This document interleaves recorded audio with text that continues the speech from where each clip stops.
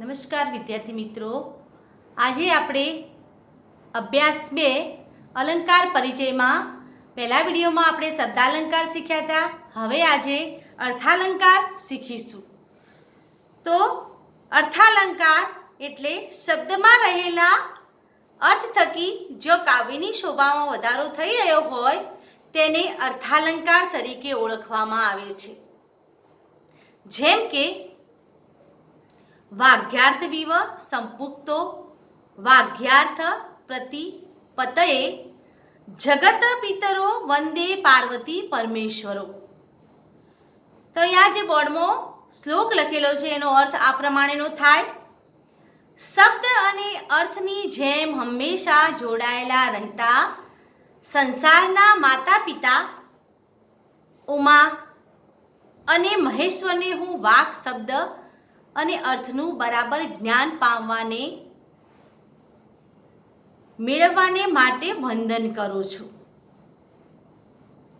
તો આ ઉપયુક્ત પદ્ય શ્લોકમાં જે વાગ્યાર્થ પદ છે તેનો અર્થ વાક શબ્દ અને અર્થ છે.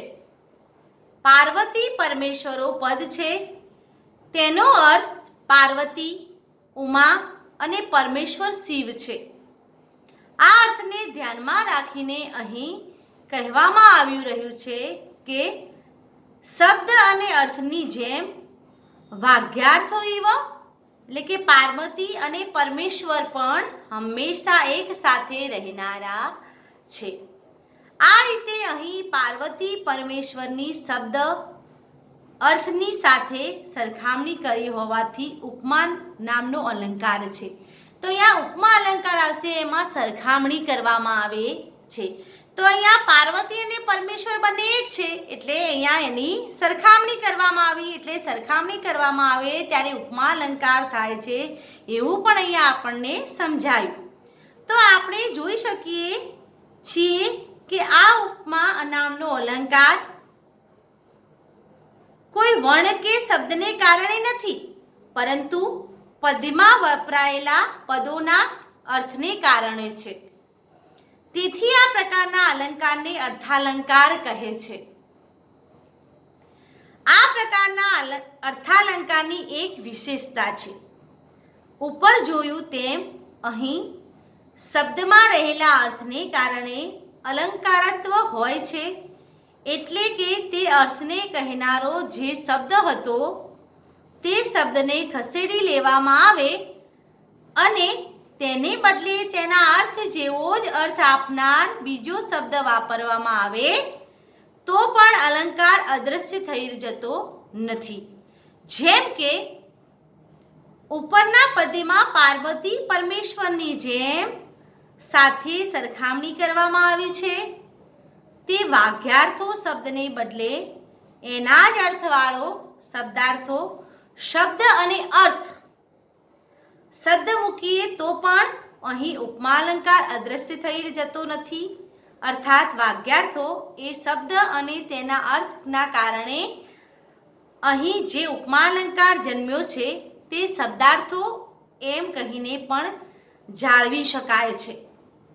તો આમ જો અર્થ દ્વારા કાવ્યની શોભા વધારવામાં આવી છે તેવા અલંકાર અર્થાલંકારમાં પર્યાય પરિવર્તન એટલે કે એક શબ્દની જગ્યાએ બીજા શબ્દનો બદલો સહન કરી શકાય છે. તો અહીં કાવ્યની શોભા વધારવામાં આવે ત્યારે અર્થાલંકાર થાય છે. એટલા માટે કહ્યું કે અર્થાલંકારમાં પર્યાય પરિવર્તન એટલે કે એક શબ્દની જગ્યાએ બીજા શબ્દનો બદલો સહન કરી શકાય છે. સંસ્કૃતમાં શબ્દાલંકારોની સંખ્યા ઓછી છે અને તેમનું મહત્વ પણ પ્રમાણમાં ઓછું છે, જ્યારે અર્થાલંકારોની સંખ્યા ઘણી છે અને તેનું મહત્વ પણ પ્રમાણમાં વધુ છે. તો એ આપણે અર્થાલંકારનો જ સમાવેશ છે, તેથી અહીં એ 4 અર્થાલંકારોનો જ અહીંયા વિચાર કરવાનો છે, એટલે કે 4 અલંકારો આપણે શીખવાના છે. તો વિદ્યાર્થી મિત્રો, આપણે સર્વપ્રથમ લઈએ હવે અલંકાર તરફ જઈએ. આપણે શબ્દાલંકાર અને અર્થાલંકાર વિશે સમજ્યા કે શબ્દાલંકાર એટલે શું અને અર્થાલંકાર એટલે શું. તો હવે આપણો પ્રથમ અલંકાર લઈએ જેનું નામ છે ઉપમા અલંકાર. તો આપણો ઉપમા અલંકાર કે સાધ્યમ્ય ઉપમા ભેદે એટલે કે અર્થાત બે જુદી જુદી વસ્તુઓમાં રહેલા એક સમાન ધર્મને કારણે જ્યારે એકને બીજાની સાથે સરખાવવામાં આવે છે ત્યારે ત્યાં ઉપમા અલંકાર હોય છે. તો આ ઉપમા અલંકારમાં એકને બીજાની સાથે સરખામણી કરવામાં આવે ત્યારે ઉપમા અલંકાર થાય છે. વિદ્યાર્થી મિત્રો, હું જે કંઈ પણ ભાર દઈને શબ્દો બોલું બે વાર એ તમારે મહત્વના, એ તમારે લખી દેવાના. હવે તમને અર્થાલંકાર અને શબ્દાલંકાર એમાં તમારે વધારે ના લખવું હોય તો અર્થાલંકારની વ્યાખ્યા અને શબ્દાલંકારની વ્યાખ્યાને એનું એક એક ઉદાહરણ લખી દેવાનું, એટલે તમને વધારે લખવાનો કંટાળો ના આવે. અને ઉપમા અલંકાર, બધા અલંકારો વિશે તમારે જે ચોપડીમાં છે એ બધું બરાબર સમજી અને હું જે કંઈ બોલું એ બધું જ તમારે લખવાનું રહેશે. તો અહીંયા જેની સરખામણી કરવામાં આવે તેને ઉપમા અલંકાર કહે છે. તો અહીંયા ઉદાહરણ આપ્યું કે વાક્યાર્થ વિવ સંપૂર્તો વાક્યાર્થ પ્રતિપિતએ જગત પિતરો વંદે પાર્વતી પરમેશ્વરો, જે મેં આગળના અર્થાલંકારમાં બોર્ડમાં લખ્યો હતો એ શ્લોક જ છે અહીંયા. તો અર્થાત શબ્દ અને અર્થની જેમ કાયમી રીતે જોડાયેલા જગતના માતા અને પિતા એવા પાર્વતી અને પરમેશ્વરને હું વાક્યાર્થની પ્રાપ્તિ માટે વંદન કરું છું.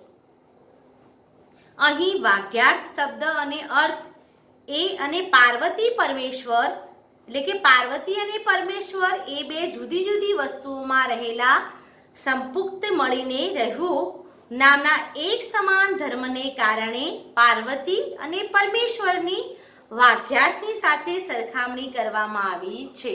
તો અહીંયા સરખામણી કરવાની વાત આવી એટલે પાર્વતી અને પરમેશ્વર પણ એક સાથે રહેતા હોય છે, માટે અહીં પાર્વતી અને પરમેશ્વરનું ઉદાહરણ લેવામાં આવ્યું. તો અહીંયા ઉપમા અલંકાર થાય છે. તો અહીંયા ઉપમા અલંકારના 4 અંગો છે.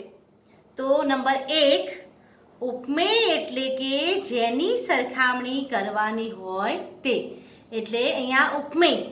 તો ઉપમેય એટલે કે જેની સરખામણી કરવાની હોય તે. અને બીજા નંબરનું છે ઉપમાન, કે ઉપમાન એટલે કે જેની સાથે સરખામણી કરાય છે તે. ત્રીજા નંબરનું ઉપમાવાચક શબ્દ એટલે કે સરખામણીનો અર્થ આપતા શબ્દો, જેમ કે ઈવ, સમ, સાદૃશ્ય, તુલ્ય વગેરે. તો આ બધા એટલે જેવો, જેવી, જેવું, આ બધા ઉપમાવાચક શબ્દો છે જે વાક્યમાં આપેલા હોય એ દ્વારા આપણને ખ્યાલ આવે કે ઉપમા અલંકાર છે. તો અને નંબર 4, સાધારણ ધર્મ એટલે કે ઉપમાન તથા ઉપમેય બંનેમાં રહેલો એક સમાન ધર્મ કે એક સમાન ગુણ. ઉપરના ઉદાહરણમાં ઉપમેય એટલે કે પાર્વતી પરમેશ્વર છે, ઉપમાન એટલે કે વાક્યાર્થ છે અને ઉપમાવાચક શબ્દ એટલે કે ઈવ છે. જ્યારે ઉપમાન અને ઉપમેયનો સાધારણ ધર્મ સંપુક્ત એટલે કે હંમેશા સાથે મળીને રહેવું છે. તો અહીંયા વિદ્યાર્થી મિત્રો, અહીંયા ઉપમા અલંકારની પહેલા ઉપમા અલંકાર કોને કહેવાય? તો જેને સરખામણી કરવામાં આવે એને ઉપમા અલંકાર કહેવાય. એ માટે અહીંયા પાર્વતી અને પરમેશ્વરનું ઉદાહરણ લીધું. પછી એના અંગોની વાત કરી કે ઉપમાના 4 અંગો છે. પહેલા નંબરનું ઉપમેય, બીજા નંબરનું ઉપમાન, ત્રીજું ઉપમાવાચક શબ્દ અને ચોથા નંબરનું સાધારણ ધર્મ. તો ઉપમેયની વાત કરીએ તો ઉપમેય એટલે સરખામણી કરવાની હોય તે. તો અહીંયા સરખામણી કરવાની વાત આવી એટલે અહીંયા સરખામણી એટલે કે જેમાં સમાન ગુણ રહેલો હોય તો એની પાર્વતીને પરમેશ્વર લીધા ઉદાહરણમાંથી. પછી ઉપમાન એટલે કે જેની સરખામણી કરવામાં આવી રહી છે એટલે કે વાક્યાર્થ શબ્દ લીધો ઉદાહરણમાંથી. અને સરખામણી કરતા શબ્દો એટલે કે અંદર આવ્યું છે કે ઈવ એટલે કે ઈવ શબ્દ એ સરખામણી વાચક શબ્દ છે એ લીધો. અને છેલ્લું ચોથા નંબરનું કે સાધારણ ધર્મ એટલે કે ઉપમેય ને ઉપમાન બંનેને સ્પષ્ટ કરતા હોય એને સાધારણ ધર્મ કહેવામાં આવે છે. તો એ માટે ઉદાહરણમાંના સંપુક્ત એટલે કે હંમેશા સાથે મળીને રહેવું એની વાત કરી.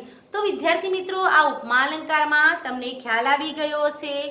હવે આપણે આગળનો આપણો બીજો અલંકાર લઈએ, જેનું નામ છે ઉત્પ્રેક્ષા અલંકાર.